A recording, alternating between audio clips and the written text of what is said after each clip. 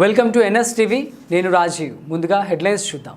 కరీంనగర్ జిల్లా కేంద్రంలోని స్థానిక కట్టారాంపూర్లోని ఆటో స్టాండ్ నుండి కోతిరాంపూర్ వెళ్లే దారి చిరుజల్లులకే రోడ్లపైన నీరు నిలిచి చెరువులను తలపిస్తున్నాయని సిపిఎం నగర కార్యదర్శి గుడికందుల సత్యం అన్నారు.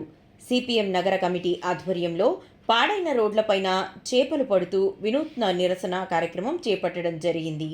ఈ సందర్భంగా సిపిఎం నగర కార్యదర్శి గుడికందుల సత్యం మాట్లాడుతూ స్మార్ట్ సిటీగా ఎంపికైన కరీంనగర్లో చిరుజల్లులకు రోడ్లన్నీ జలమయం అవుతున్నాయని, 9వ డివిజన్ 32, 11 డివిజన్లలో రోడ్లు బాగు చేస్తామని 2 సంవత్సరాల క్రితం ఆగమేఘాల మీద తవ్వి వదిలేశారని, దీని మూలంగా రోడ్లన్నీ చెరువులను తలపిస్తున్నాయని అన్నారు.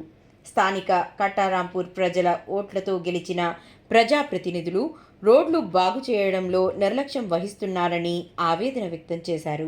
వెంటనే చెరువులను తలపిస్తున్న రోడ్లను వెంటనే ఇదేనా స్మార్ట్ సిటీ, ఇదేనా స్మార్ట్ సిటీ. పోరాడదాం కరీంనగర్లోని రోడ్లను బాగు చేసేంత వరకు, పోరాడదాం రోడ్లను బాగు చేసేంత వరకు. చెరువులను తలపిస్తున్న రోడ్లను వెంటనే. స్మార్ట్ సిటీగా ఎంపికైనటువంటి కరీంనగర్ పట్టణంలో 9వ డివిజను, 11వ డివిజను, అలాగే 30వ డివిజన్ సంబంధించినటువంటి 32వ డివిజన్ సంబంధించినటువంటి సరౌండింగ్ ఏరియా హద్దులలో గిద్దెపెరుమల్ల గుడికి వెళ్ళేటువంటి దారిలో కట్రాంపూర్ నుండి గిద్దెపెరుమల్లకు వెళ్ళేటువంటి దారి ఒక చెరువులాగా తలపిస్తూ ఉన్నది.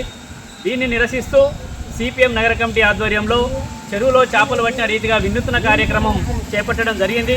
ఇప్పుడైనా నగరపాలక అధికారులు కానీ, మేయర్ కానీ, లోకల్లో ఉన్నటువంటి ఎమ్మెల్యే కానీ, అట్లాగే సెంట్రల్లో సహాయ మంత్రి బండి సంజయ్ కానీ వెంటనే స్పందించి కేంద్రం నుండి కానీ, రాష్ట్రం నుండి కానీ నిధులు తీసుకొచ్చి ఇక్కడ రోడ్డును వెంటనే బాగు చేయాలని చెప్పి సిపిఎంగా డిమాండ్ చేస్తూ ఉన్నాం. గత ఇది సంవత్సరాల కొద్ది నుండి కూడా ఇక్కడ రాకపోకలకు తీవ్రమైనటువంటి ఇబ్బందులు పడుతూ ఉన్నారు. ఇక్కడ ఉన్నటువంటి ప్రజలు వెళ్ళడానికి కానీ, రావడానికి కానీ చిరుపాటి జల్లులు పడితేనే కూడా ఒక చెరువును తలపించే విధంగా ఉంది. కాబట్టి ఇక్కడ వెంటనే ఇక్కడ ఉన్నటువంటి రోడ్డును బాగు చేయాలని చెప్పి కూడా మేము కోరుతా ఉన్నాం. ఇక్కడ ఉన్నటువంటి ప్రజల ఓట్లతో గెలిచినటువంటి నాయకులు ఈరోజు ఈ రోడ్డు గురించి ప్రశ్నించకపోవడం కానీ, ఈ రోడ్డును బాగు చేయకపోవడం కానీ ఇది హాస్యాస్పదంగా ఉంటుంది. కేంద్ర ప్రభుత్వం ఏమో మేము 100 కోట్లు పెడుతున్నాం సంవత్సరానికి స్మార్ట్ సిటీగా ఎంపికైనందుకని చెప్తా ఉన్నారు. రాష్ట్ర ప్రభుత్వం కూడా మేము 100 కోట్లు పెడుతున్నామని చెప్తున్నారు. ఈ 200 కోట్లు ఎవరి జేబులు నింపుతున్నాయని చెప్పి కూడా ఈ సందర్భంగా మేము ప్రశ్నిస్తూ ఉన్నాం.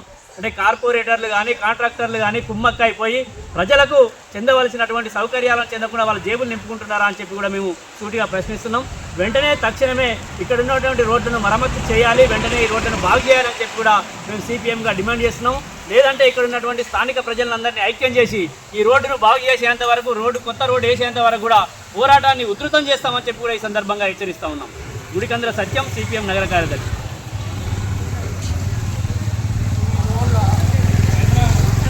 కష్టం చేసిన పైసలు జేబులు నింపుకొని